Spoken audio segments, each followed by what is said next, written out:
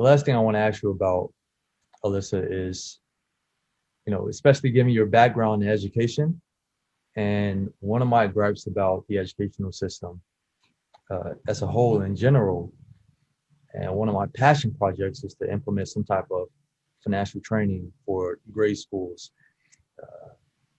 There, even today, there still seems to be a significant lack in not all schools, but in general, a lack of just basic financial education. Like, what is credit? What's a credit score? But what does filing your taxes mean? When you start working your first job, what does Social Security tax mean and all that stuff?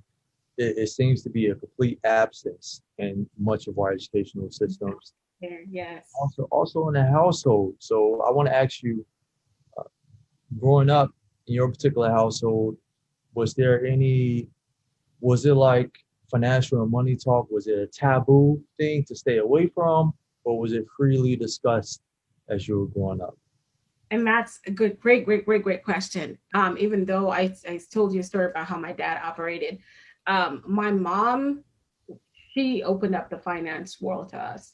And I say from very early, because as a was described as a well-rounded young woman. I knew how to cook, clean, scrub, as we would say, scrub, wash dishes, do laundry, and I knew how to speak in public, how to do this, how to do that, da da da da da. One of the things my mom taught me very early is how to do a household budget. And Mhm. so it started off with us making the grocery list and knowing what it cost, even by just going to the store next door and getting a price and adding it up. So when my dad was going to give out that money or put that money aside, we already knew what we needed and how much it was going to cost. And so that was one of the things, because we would look at like, well, do we really need to buy a whole slab of cheese, or should we buy half because we know we have so much this happen, that we're going to spend in somewhere else. So I believe that was so key. My mom, I always say I am who I am because of mommy. And so she gave me that experience very early. And then once I came into business at 17, I'm looking at paying staff. And so it's so much experience around money. And then once that helped me, I'll tell you, when I came into startups with helping people with their startups, more than what I had learned in college, making a business plan and setting up a budget, to start a starting budget and then an operational budget.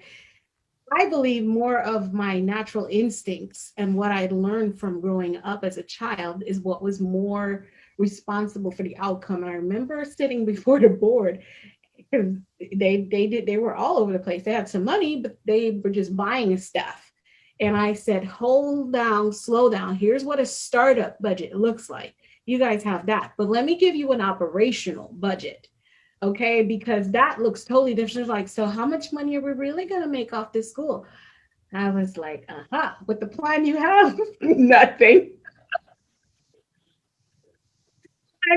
We're going to have to grow this business to do that. So I believe that conversations about money and what you said about education, I was just saying that to a colleague of mine, that we need to get into the schools. I don't sit here swirling around thinking who is my next client. I'm here adding value to people, because that's my mission first, to break through and help people transform. But I definitely see myself, and I hope we can partner in the future to get into school, because we don't teach students how to live life. We're here pouring down all the scientific principles and all this stuff that kind of evolve, keep evolving. And like yesterday, I heard them tell the kids there's only one ocean. I learned there was five. That's like, okay, well, if you're not, as a student, if you're not interested in that, it's not science is not going to interest you. But one thing you're going to need is to understand life and money. And we don't teach that very well in school. So I would like to take on get a team of us that goes and says, here's a curriculum that we have that teaches children about life and money. So when they come out with probably a high school diploma and even a college degree, and life hits them and they realize they're only going to hire me and give me minimum wage with my bachelor's, they're not giving up in life and trying to come up with strategic hustle moves that bring a lot of illegal things into play, because their mindset is not set up right. Children can start businesses in school. in the United States of America. My niece is 10 and she started a book club, and I can't imagine where she's going to be in not a year from now. And more than likely, she's going to have some business of her own, even if she's just teaching or speaking. So that's the kind of stuff I want to talk about. So I'll love to do part two and hear what, some of the things. I'm with you as an educator, biggest frustration. You know what, Alyssa, this may be the start of ongoing conversations on how we can collaborate to solve that problem, that big gap Yes. in our educational system. Uh, and that's also such a powerful lesson that your mother taught you in terms of budgeting growing up. Because I think that building wealth, investment, and everything that comes with that, it starts with the budgeting. And Mm-hmm. I think that budgeting kind of gives it gives a bad connotation at times. People tend to look at a budget as something constricting Mm-hmm. and something limiting them from just living freely. Really, I look at it as a budget as simply as taking control of your money. You're Yes, directing your money where to go. You're controlling your money versus rather than your money controlling you. That's all a yes, budget is. it You're is. you're mapping out a game plan. You Yes, actually have a roadmap, a blueprint, and you're taking control of it. So definitely. so before we drop off, how let us know how can people get in touch with you for your coaching and your mentoring, motivational speaking, and everything else that you're going on. How can you be reached? So I say the main place to find me is on my website at alisawhyte.com. That's ALISAWHYTE.com. And then I'm on social media. I use Facebook a lot, and I'm learning how to use Instagram as well. But I'm on all social media platforms with my first and last name.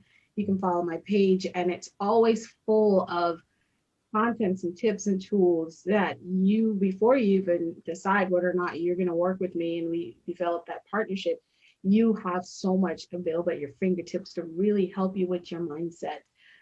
So I encourage people to take advantage of that. Right now we have a goal setters focus group, but I'm having so much fun with the synergy of individuals that we are getting our goals in 2021. And so I'm about to in a little bit do a presentation on goal setting 101. So if you join the group, that presentation and that conversation will be in there too. So I'm always just adding value to people.